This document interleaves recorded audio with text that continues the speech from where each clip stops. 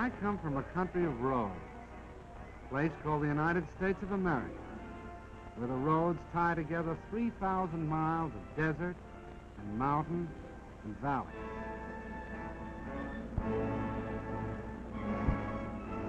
Because of the automobile, Americans who live 100 miles from each other are as close neighbors as the man next door.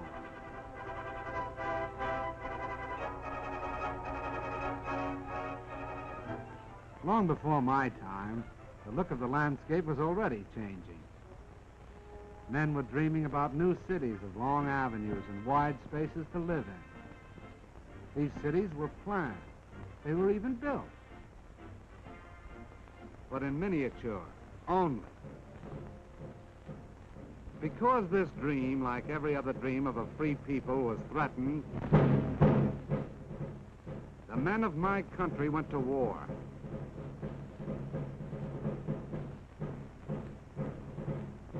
The automobiles of the times of peace were stopped. They were stored away for the duration.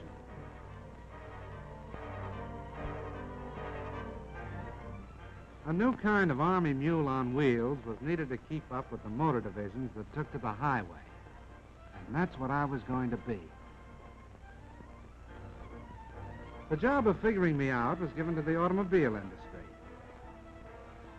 Every year, men like these had designed a new and more beautiful collection of cars. These new models were presented like debutantes at auto shows that were the social events of the season. In the hands of these experts, there was no telling just what I might turn out to be. A beautiful sedan, maybe, with all the gadgets and devices.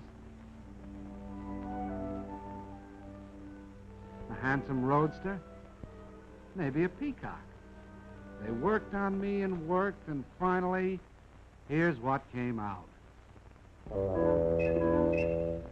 Can this be an automobile, men wondered? Looks more like a four-wheel Beetle, one of them said.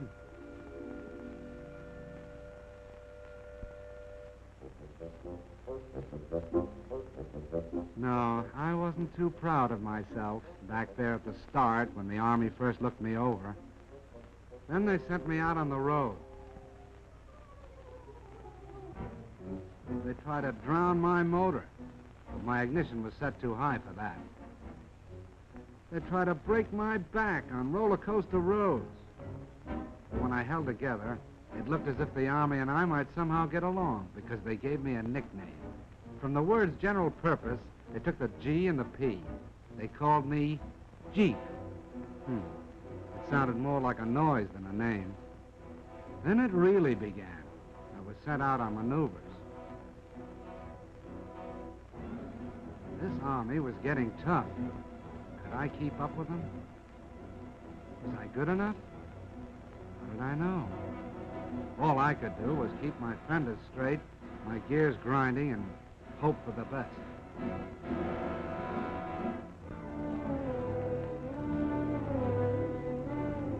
And the things they asked me to do, like rivers, for instance. I had to be light enough to cross water in my own canvas tarpaulin. Lucky I didn't weigh more than 2,200 pounds. And it was lucky that I wasn't any bigger than 11 feet long and 5 feet wide and 3 feet high. Because when the outfit took to the air, they expected me to go right along with them.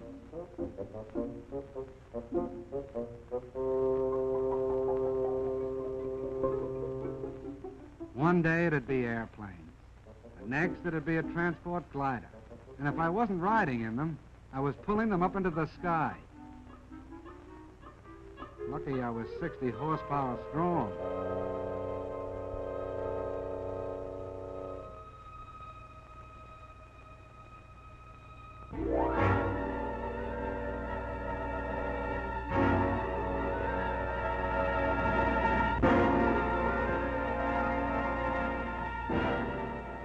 The Army was getting tougher, preparing itself for the big offensives that were coming.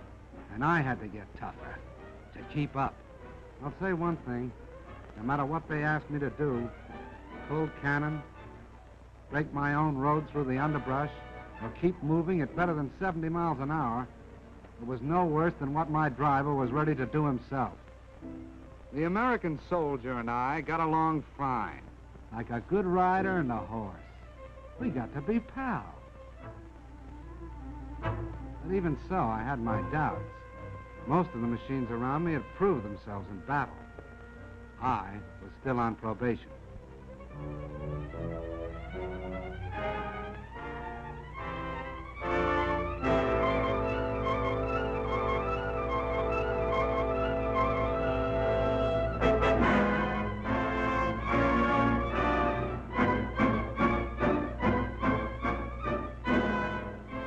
I did about everything a machine could do to stick with that army.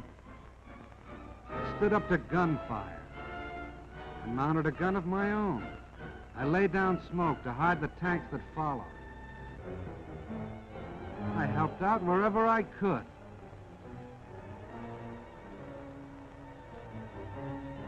I even learned how to splash across rivers.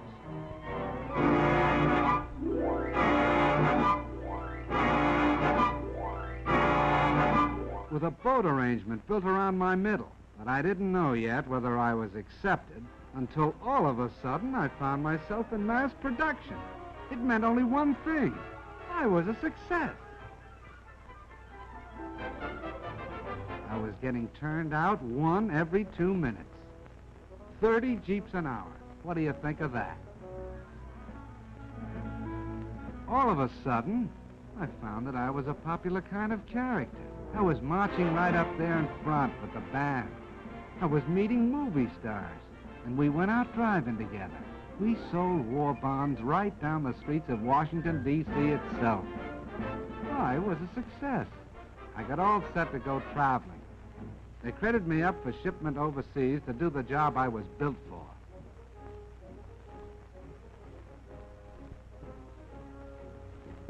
I was sent over by the thousands. And I traveled with the guy I liked best, my pal, the soldier. Wherever he goes, I go. And let me tell you, we land together on a lot of different shores.